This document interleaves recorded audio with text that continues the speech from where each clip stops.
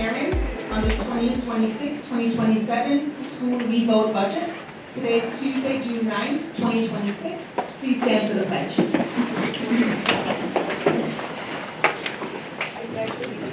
the flag of the United States of America and to the republic for which it stands, one nation, under God, indivisible, with liberty and justice for all.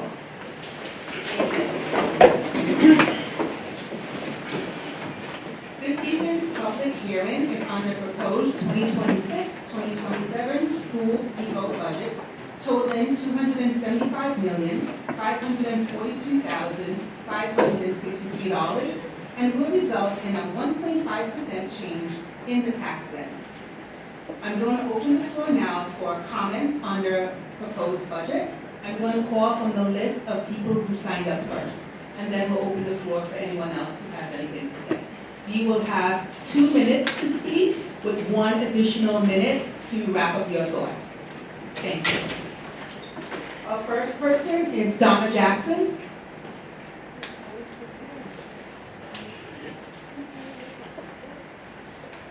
Latoya Anderson.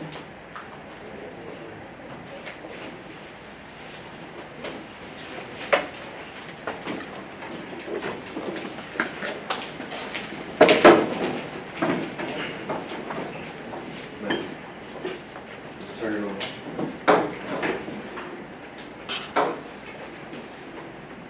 Can you put the clock up, please? Thank you. Good evening, everyone. My name is Latoya Anderson, and I'm here today on behalf of the Mount Vernon PTA Council. Last week, the councils of PTAs, that's all the officers in Mount Vernon City School District PTAs, we met, and we all decided to take a position on the budget.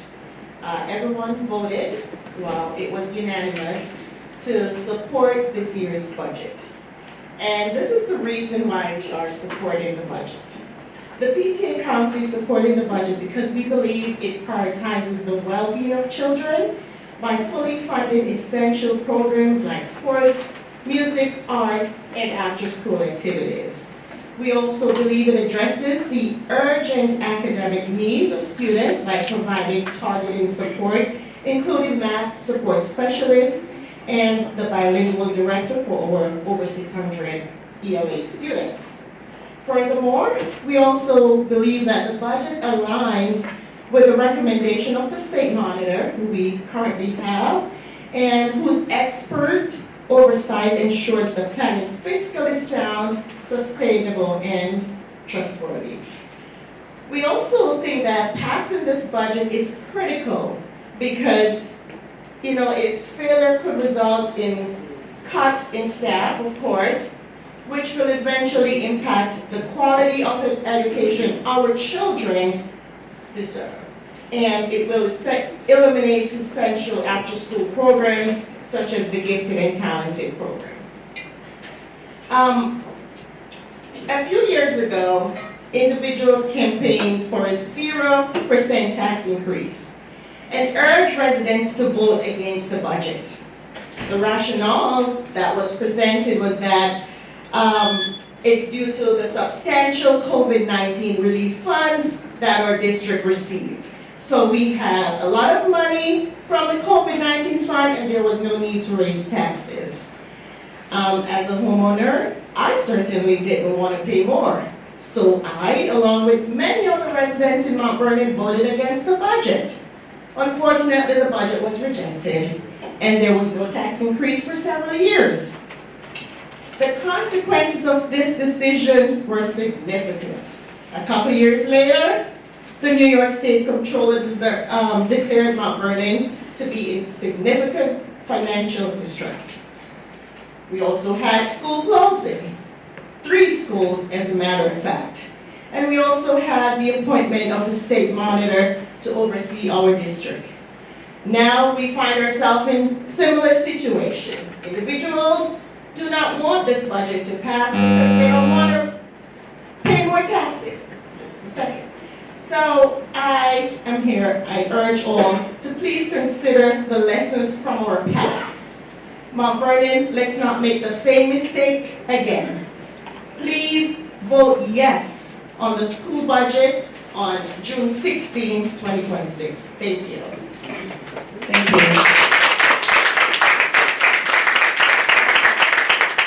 Donna Jackson.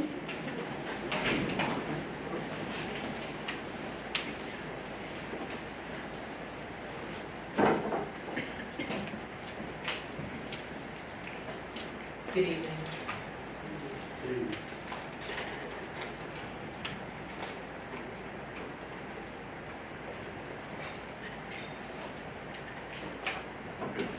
What do we want this community to be?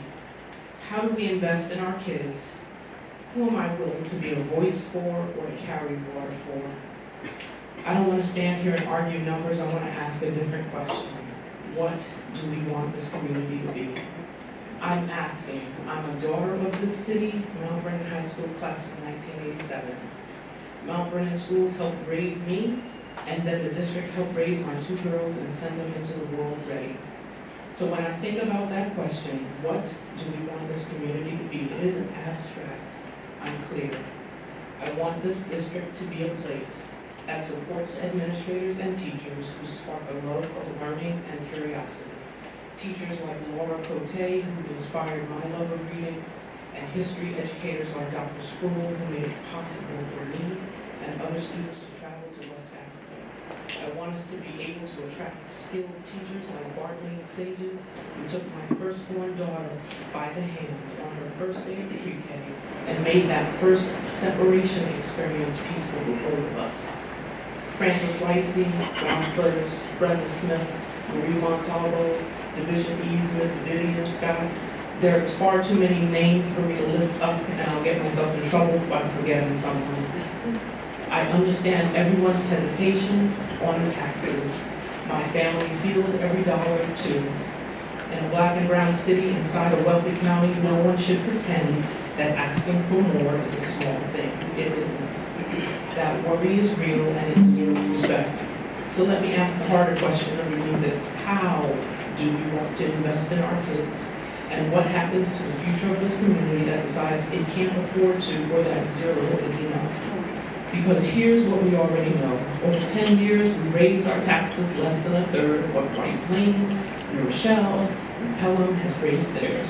We asked our schools to do more with less than everyone else around us, and they did. The highest graduation rate in 25 years.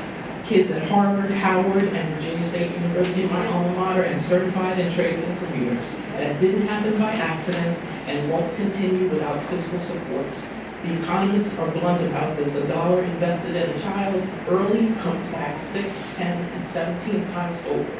Or it comes back later at a cost, in courtrooms, and lost potential. We pay either way. The only choice is whether we pay it forward or pay for the damage. So I'll ask each of us quietly, when my neighbor's child can't vote for her own future, am I willing to be her voice or carry water for those who don't give a damn about you or the children of this community? And when I ask you what you believe about the potential of our children, what will your answer be? There's a second vote coming, and this community has a chance to speak up for the 6,500 children in our district who need to be educated and given the opportunity to be competitive. Our children are counting on us to decide who we are and who they will be. I already know of their word, I was one of them.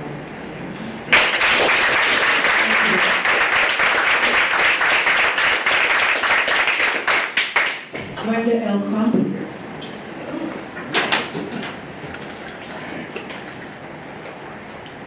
All right, good evening, everyone.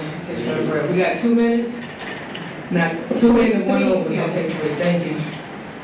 Okay, good evening, everyone. This is public hearing, right? Yeah, I'm speaking at public hearing, okay. So, in regards to our revote, I understand that people will not always agree with the board. That's healthy. Debate is healthy. Accountability is healthy. But disagreement should never replace facts. And opinion should never replace evidence.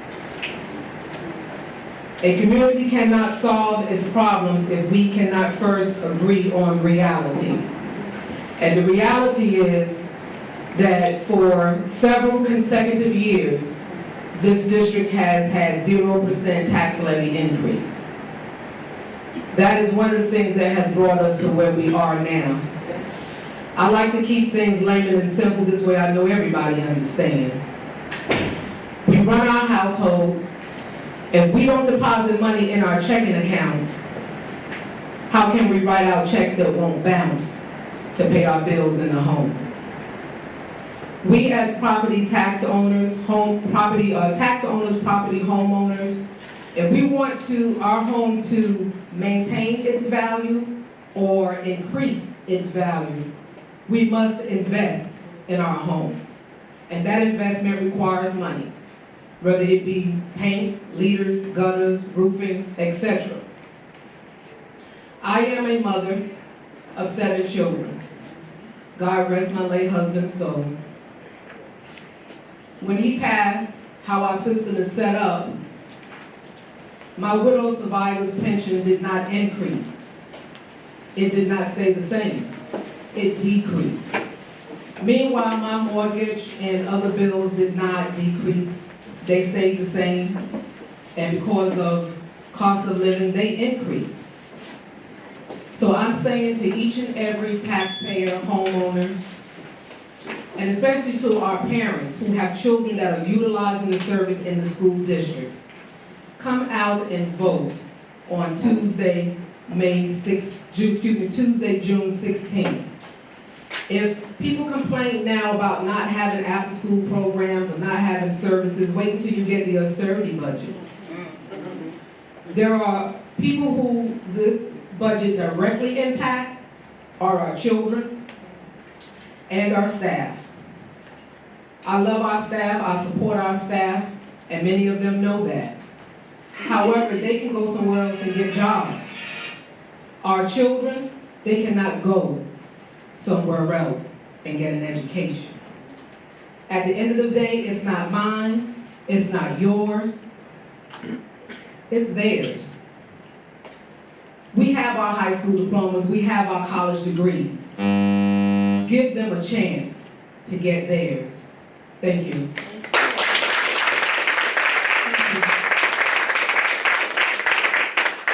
Carleen Evans.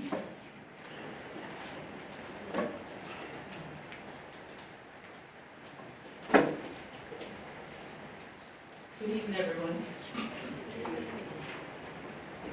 So today I'm here to talk about our journey to get to what matters most to most of us, to all of us, our children.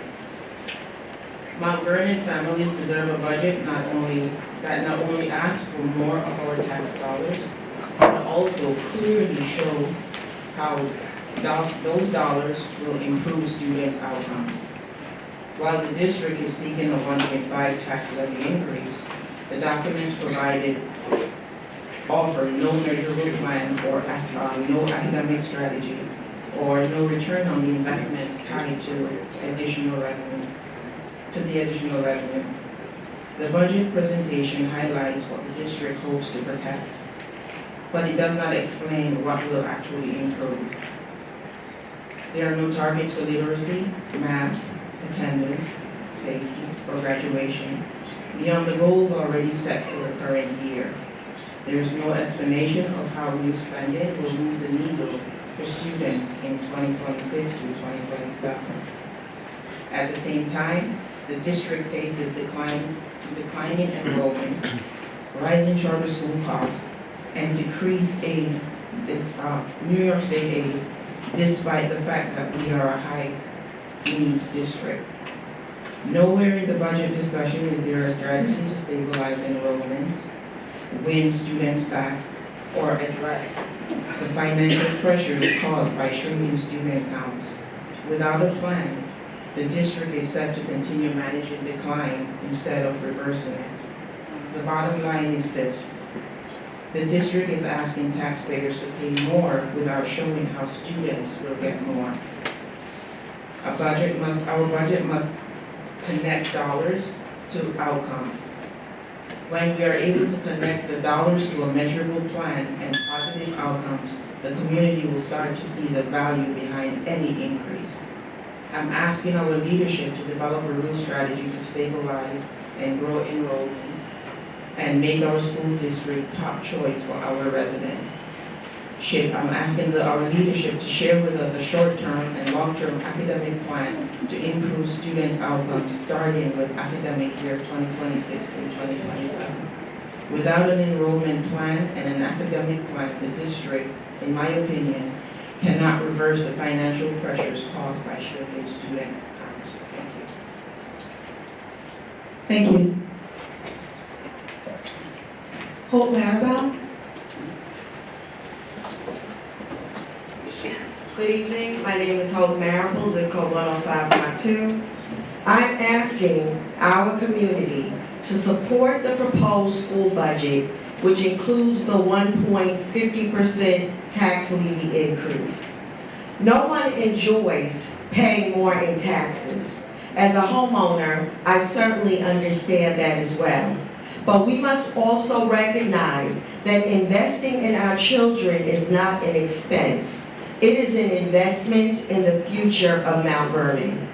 A 1.50% increase is modest, especially when compared to the rising costs that every family and organization is experiencing. Utilities cost more, insurance, transportation, employee benefits cost more.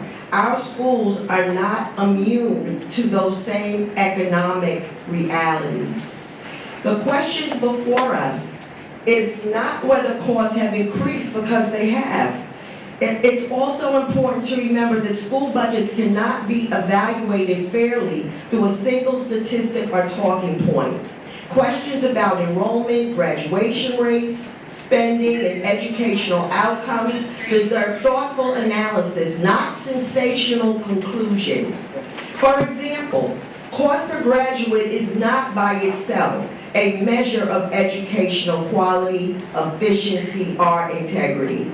School districts differ significantly in their special education obligations, transportation costs, pension contributions, employee contracts, debt services, facilities expenses, and unique needs of each student that they serve. A higher cost does not automatically indicate waste, fraud, or mismanagement. Context matters.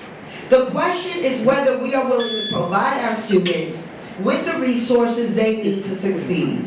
This budget helps ensure that classrooms remain staffed, educational programs continue, student services are maintained, and our schools can meet the needs of all learners. It supports the academic, social, and emotional development of our children while preserving stability for families and employees alike. Just as important, this budget allows the district to move forward without drastic cuts that could negatively impact students. When budgets fail, the people who often feel the consequences most are the children sitting in our classrooms every day. As residents, we all benefit when our schools are strong. Strong schools help attract families, support property values, strengthen neighborhoods, and prepare the next generation of leaders, workers, entrepreneurs, and citizens. Tonight I ask that we look beyond the cost and focus on the value. A 1.50% tax levy increase represents an investment in opportunity, achievement, and the future of our community. For those reasons, I respectfully encourage voters to support the budget and say yes. Thank you.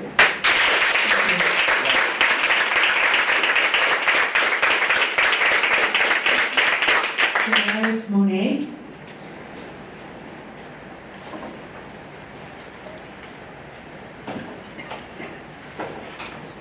Hi, I didn't come here prepared with a statement, but I did have a question that I just thought that a lot of us wanted clarification on.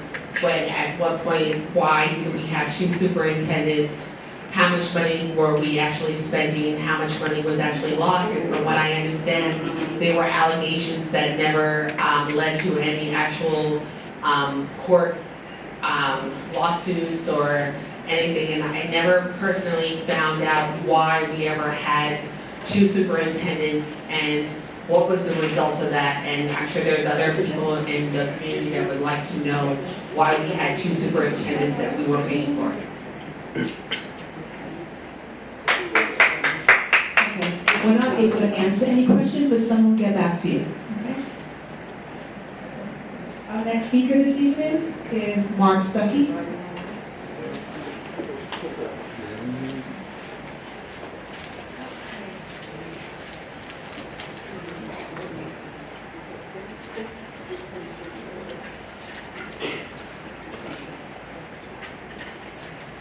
2 minutes is no time at all. Because you're standing here and asking the taxpayers to support the budget. Me personally, I need it now. You had people who came out and they talked about the budget. They talked about basically everything I wanted to talk about. The whole thing is, are the taxpayers listening? Remember this number, 8, 18, 9, 19. 8, 18, 9, 19. What's the difference? 100. There's a song that says, I'm running to make 199 and a half won't do. We only need 100 to come out, I'm gonna say 200, to pass the budget. In 2012, I sat on this board and we had what they call Lobby Day in 2012. And we needed children to go to Albany to lobby for funds. I got a phone call about 10 o'clock in the morning from a taxpayer, a resident and applicator of Mount Vernon. And they wanted saying these words, I need your help. And I said, what can I do? Yonkers have 3 buses going to Albany, and they're going to need a lot of money. New Rochelle have 2 buses, and they're going to get a lot of money. I need your help.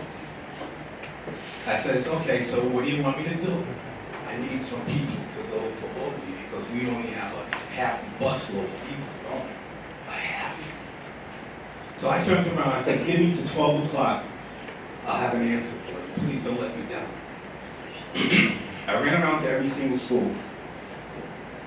And I ran around to every single school and I asked every single principal for help. 1 classroom from every single school. They asked me what it was I going to do and I told them I'm going to Albany, I need bodies. I want to bring the money home.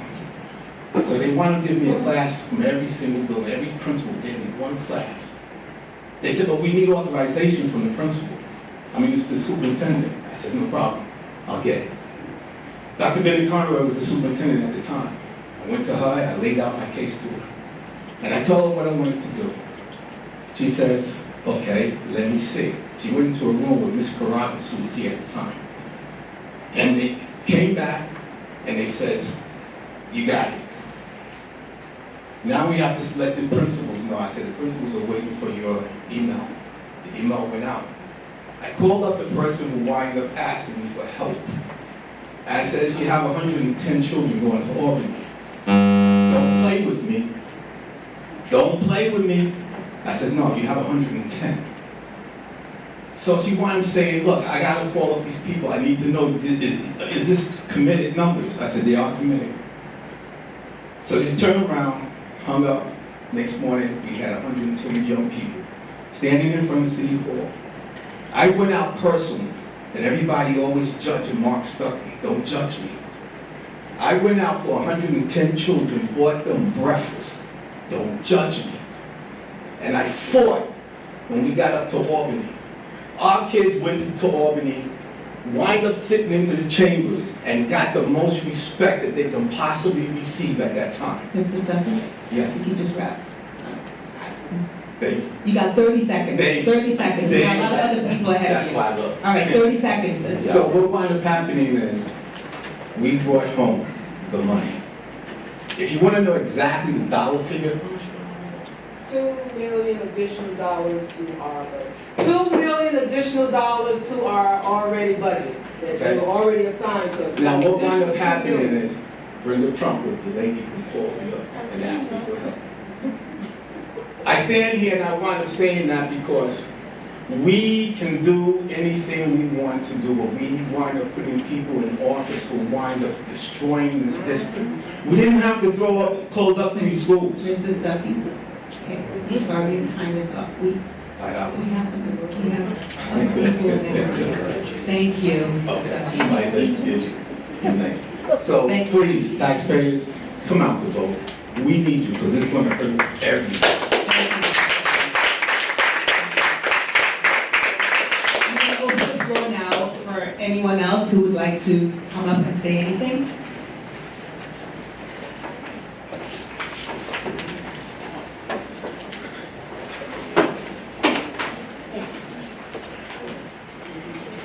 Just state your name. Good evening, my name is Dina Williams. And I would really like to encourage our constituents to vote. I work with you, and I always hear from parents, there is nothing for our kids to do. There is nothing for our kids to do. Well, let me tell you, I can tell you firsthand that the Mount Vernon Youth Bureau has a lot for our kids to do. Let me also tell you that these things are free, except for one program, and that is the summer program. These things are free. So, when we ask you to vote yes for the budget, I would really like to hear the reasons why you can't vote for it. When we ask you to vote yes for the budget, I would like for you to consider what happens if we don't vote for the budget. Someone said earlier, we can either pay now, $15 a month, a cup of coffee, 15, it's 10, even better. Even better. $10, you can't spare $10 for the kids in this city? I don't care where you live, the north side, the south side, they're all our kids. So if we don't protect them now, if we don't invest in them now, what's gonna happen 10 years from now? When you're complaining, oh, these kids are in the street and they're doing what they do on either side of the city. It's not gonna hurt you. But to see our kids not having anything to do, not being able to prosper, not being able to meet their full potential, that could hurt you. That should hurt your heart. Thank you very much.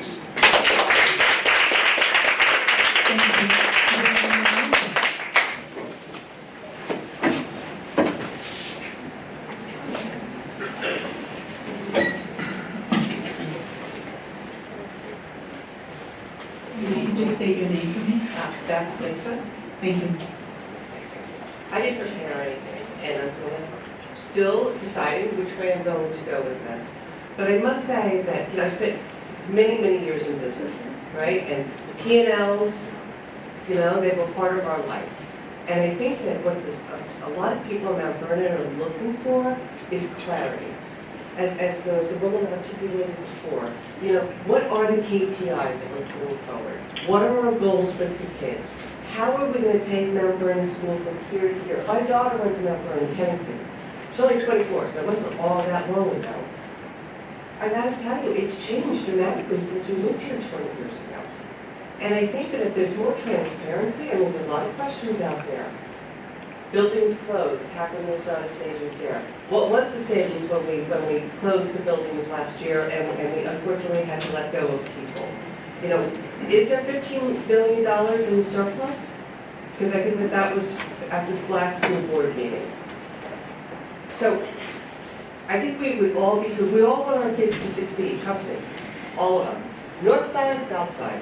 But unless we can see some tangible information on where our money is going and is it being spent, it's not the $10 a month.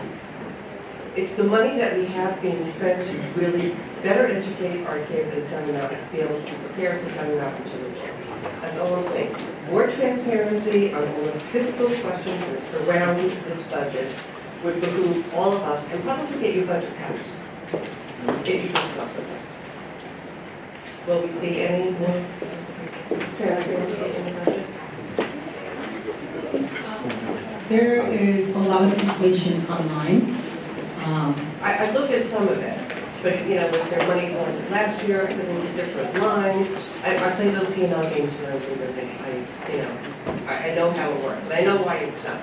So a lot of that information is also on the presentations that have been done in the past. I need to say. Thank you. Yeah, but maybe it's before the vote, if you publish it, because everyone's on Nextdoor, everyone's on Facebook, looking at all these things, if you publish it and bring the community in, I know you're looking at me like I'm out of my mind, that's where people get into trouble. That's, So we're not able to really answer your question deeply, but I have your name, all right? Thank you. Right, but the vote's next week, so the quicker you get out this information, it'll give people a solid yes or no of what they want to do. Thank you. Thank you. Thank you. House ready for from your house. I'm glad I missed it. Sit right here. Do you have anyone else?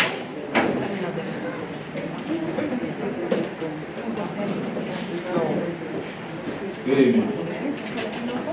Speaking as a taxpayer right now. My name is Warren Mitchell. Details related to that supposed 14.8 million savings that'll be shared in additional sites. Shared again, it's been shared on Facebook. Nextdoor happens to be a pretty haphazard place. I've been on it. I don't bother to stay. I don't frequent it often because it's just not a reliable source. People who are, what I've seen is just so far from factual, especially when the facts are available. So I also understand P&Ls, I understand how they work. I understand that too, but let's just talk about this. Where did it get us? All right, so 7 years of zero tax increase and promises of candidates to stop mismanagement of funds, corruption, etc. Meanwhile, we have 7 years of audits that call out the same material weaknesses in the same departments year after year with no resolve. Okay, that speaks to the people who were elected, what they promised us to get elected, and the fact that what was really done, what did it get us? Continuously voting for zero tax increase, and those folks who are conveniently attached to zero tax increase. Be careful when you're being used, something is being used as a vehicle for you to make a decision. If you put a zero tax increase, who wants their money to go? Who wants to have to pay more? But when Con Edison hit us about a year or two back with this insane amount of percentage increase on all our costs to heat our homes and have electricity, we just dug in our pockets. We was like, this is ridiculous. We dug in our pockets and we spent that extra $100, $200 every month. But for $14, nah, hell no. Now we throwing rock stones, we throwing chairs, I'm coming outside, I'm running on this, I'm talking a lot of everything about everybody about it. The information, let me just say this, I sat on this board since 2019, and what I did do before I threw stones was I learned that every last one of us has been disenfranchised and put in the dark in a corner on purpose. Left out of the conversation on purpose. And you know why? So that folks can jump up on social media and say their version. And we believe it because we don't know any better.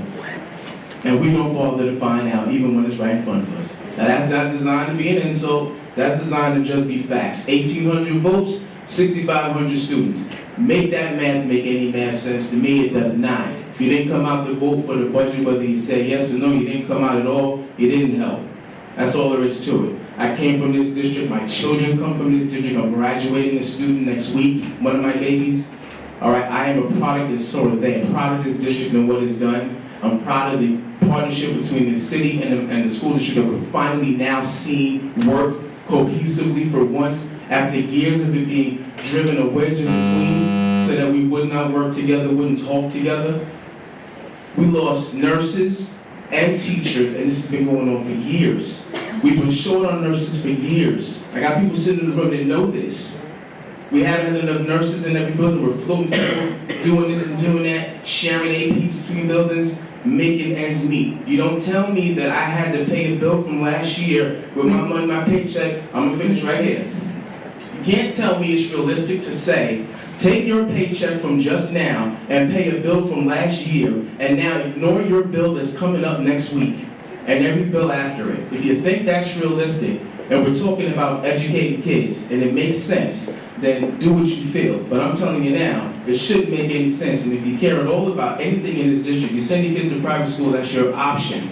What about the ones that don't have an option and been relying in this district for all of their babies for all of these years? Thank you. Thank you.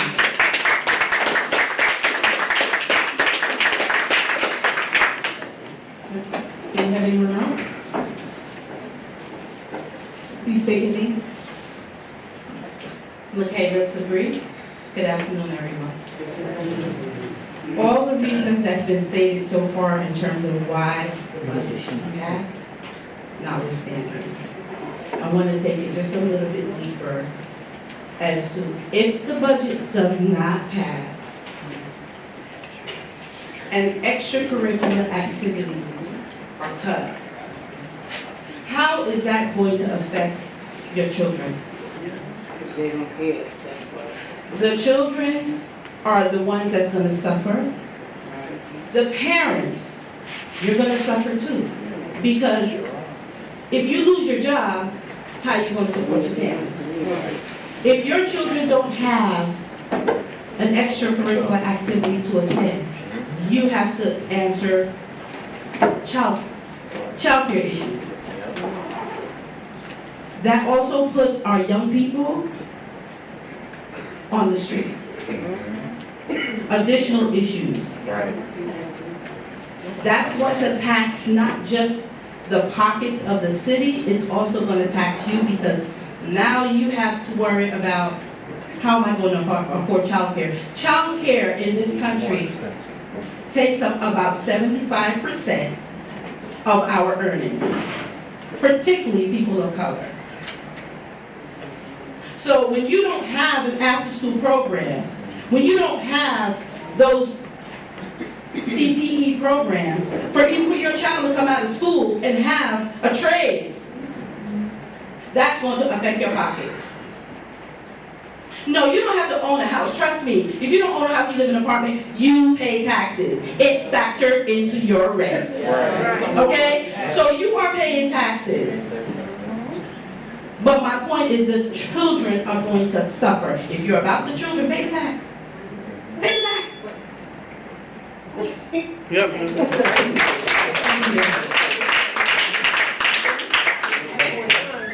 I'm good. I won't belabor the point. I'm good. Just quickly, I was listening on my way up here, and I heard one of the speakers say that there might be more support if there was a strategic plan, an improvement plan. There is. So to claim that there isn't is simply false. Go to the website, go to the New York City Conference, and you will see the financial plan through 2030. So there is a comprehensive and approved strategic plan there. Claims to the contrary are false. Right. Thank you.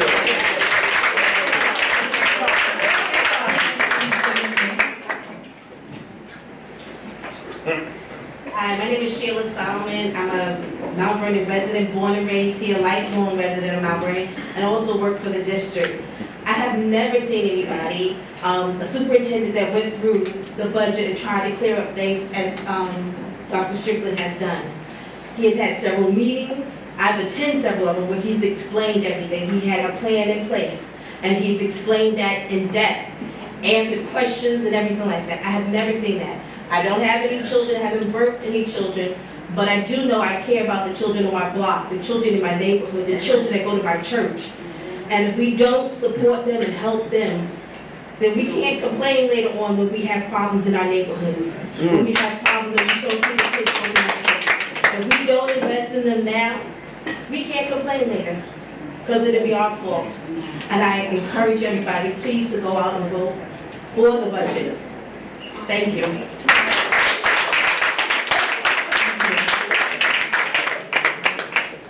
Hi, I'm Susan Tornabene, resident of Mount Vernon. One simple statement. If this budget is defeated again, everybody will save $15 a month. But 6,500 children in our school system will lose everything that makes this school the most beautiful place for them to be. And I've worked in the school system over 40 years, and I know what this school is about. Thank you.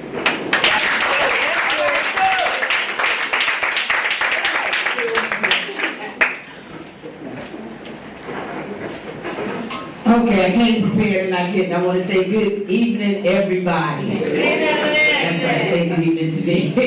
So I just want to say as a testament that in 2022, I went to 2 interest meetings. And the 2 interest meetings were the side that call us scammers at the district. You would know better because it's who you are. And the reason why I know it's who you are, because I sat in your meetings where you wanted me to be on the board to attend to the agenda and the plan that you have now that you had back then. So you're back, and let me tell you something as a testimony. I went to 2 meetings, and I said, nope, I can't do this with y'all. And I ain't gonna tell you who y'all are. You know I know who you are. But you invited me to the meetings, and when I got to 2 meetings, and I got there and I listened and I observed who was in the meetings, and I listened to what you said. That was just in jail with me. And when you got my picture, I said, no, I don't put my picture up. And I probably ain't gonna have time to say what I really want to say. Because I'm Bishop Dr. Lynn Middleton, and I am a preacher, so you got my preacher voice. But anyway, I went to those meetings and I gave you my picture. You're listening if you are, and you're here if you are. Get ready to join us up there if you are. Okay. I'm gonna keep it real. Okay. I'm gonna keep it real. And you know what? When I was in those meetings, I said, do not put my picture up there with you guys. Why? Because I said, God said no. That's not who you roll with.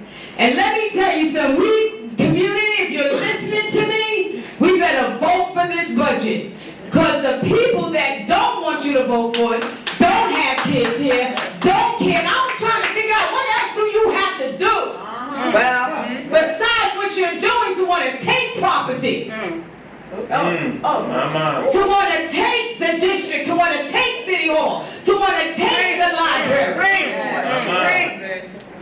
And I've been here all my life, so I know it. I ain't just been here 10 years, Miss Evans.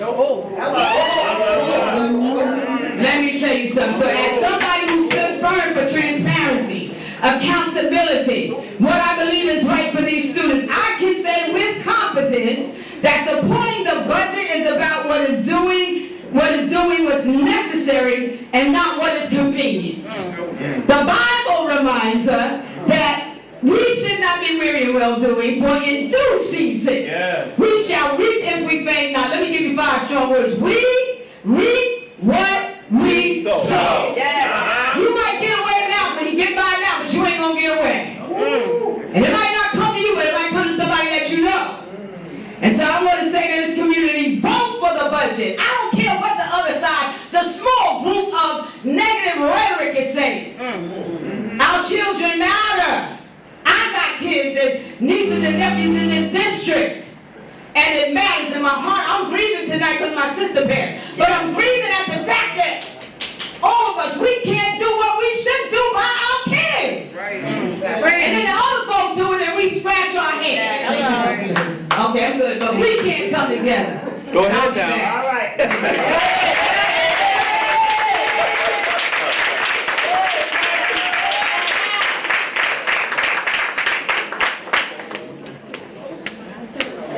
Last call for anyone else. Please say your name. My name is Jerry Grant Alvaranga, and I am a resident of Mount Vernon. I attended Mount Vernon High School, and I also have 2 kids in Mount Vernon District. Now, I just have to say, I've heard so many things about transparency and accountability. I'm 100% for that. But I have an issue when you ask for that transparency and accountability, and then you don't show up to meetings, because I've been to several of those budget meetings, and I could tell you the faces that's been there, count on less than 10 fingers how many people actually showed up. And the ones that I've seen on social media and heard complaining, I haven't seen one of them in this room. But instead, they're sitting on social media and they're spreading all this false information. If you truly want accountability and really want to know what's going on and uplift this community, then look at the information, look at the facts. Because then you have ulterior motives. And the question is, what is your real motive? Now, it should be about our kids. And very short-sighted, because you're not thinking about your future. Yes, you don't have kids in the district, because that's what I'm noticing the pattern. But guess what? You're a homeowner, which you so boastfully talk about. But what's your property value when you dismantle the school district? We have young people who are not moving in the city, and they may not choose to move in the city and put their kids in this district, because at the end of the day, the school district matters. It matters for your property value. So if you don't care about the kids and you care so much about whatever else you think about your property value. And as I said, as a parent and as a graduate from this district, and I've said this before, I've done very well. Very well, I must say. I'm not going to get into that because I don't have enough time. But as a reminder, our kids are our future. They're our future doctors, our future lawyers, future plumber. We need our CTE program. And you cannot not raise taxes and think it's okay when everything else is getting increased. It's $10 a month.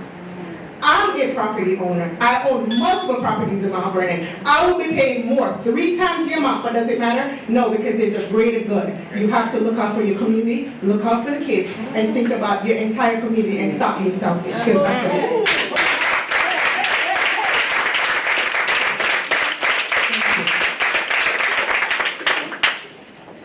At this time, if we have no one else, I'm going to ask for Mr. Tom Scapoli to please come to the microphone.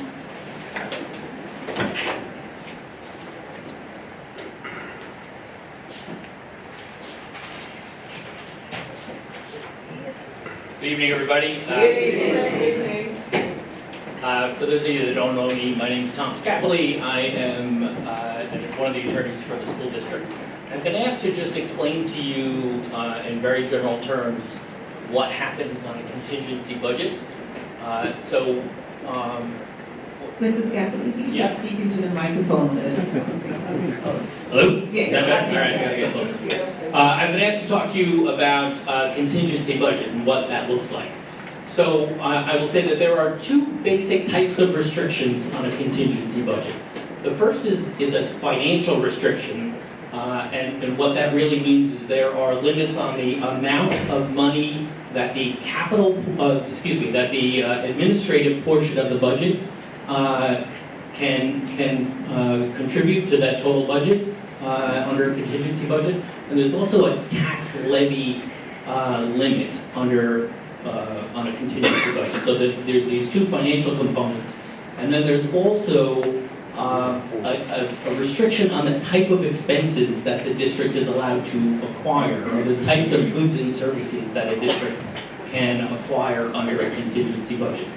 So the budget has to comply with both of those aspects. It has to comply with the financial aspects, and it has to comply with the ordinary contingent expense aspect of the budget. So with respect to the financial restrictions, there are 2, right? So we've got this administrative component of the budget. A school budget is made up of 3 factors. It's the program portion of the budget, the capital portion of the budget, and the administrative portion of the budget. And there is a limit on the amount of money that administrative portion of the budget can make up. So what the district has to do is calculate the percentage of the administrative portion of the budget to the total budget, excluding the capital component. So when you look at the program component of the budget and the administrative component of the budget for last year, and you figure out what that percentage is, and then you look at the administrative component of the budget compared to the program component of the budget for the budget that was just defeated. And the general one has a lower administrative percentage that's your limit. That's what has to happen. And the board is not allowed to expend any more money towards the administrative component of the budget under a contingency budget. And basically, that is a long-winded way of saying that on a contingency budget, the district is not allowed to just cut facilities, it can't just cut your capital costs, and it can't just cut your program costs. It has to cut costs across the board. That includes the administrative. The other restriction, the other financial restriction is simply just a tax levy increase, prohibition against a tax levy increase. So whatever your tax levy was last year, same amount, it's a 0% increase under a contingency budget. So those are two of your financial restrictions. The other aspect is the ordinary contingent expense. Really what that means is there are restrictions on the types of goods and services that school districts can buy while it's under a contingency budget. There are hundreds, I'm not going to go through all of them right now, but suffice it to say that all of your collective bargaining agreements, your contracts with your teachers, your custodians, your cafeteria workers, the district is allowed to continue to make all of those expenditures under a contingency budget. The district can comply with all legal obligations, so it can pay judgments, it has to pay its debt service, it has to pay any contracts, if the district has existing contracts with consultants or outside providers, things of that nature, it is allowed to pay those contracts because those are existing contractual obligations. There are certain restrictions on the types of consultants that the district can hire under a contingency budget. The district is allowed, I've heard it said around here, the district is allowed to expend money on extracurricular activities. It can spend money on your athletic programs and field trips and things of that nature. The district can spend money on, obviously, utilities, water, electricity, power, heating oil, all of those things. There are certain things that district can't spend money on. It can't invest in new equipment. It can't provide supplies for children. It can provide some instructional supplies and teacher supplies. It is not allowed to purchase supplies for children. So there are a lot of different requirements. The district cannot make non-essential repairs or capital costs under a contingency budget.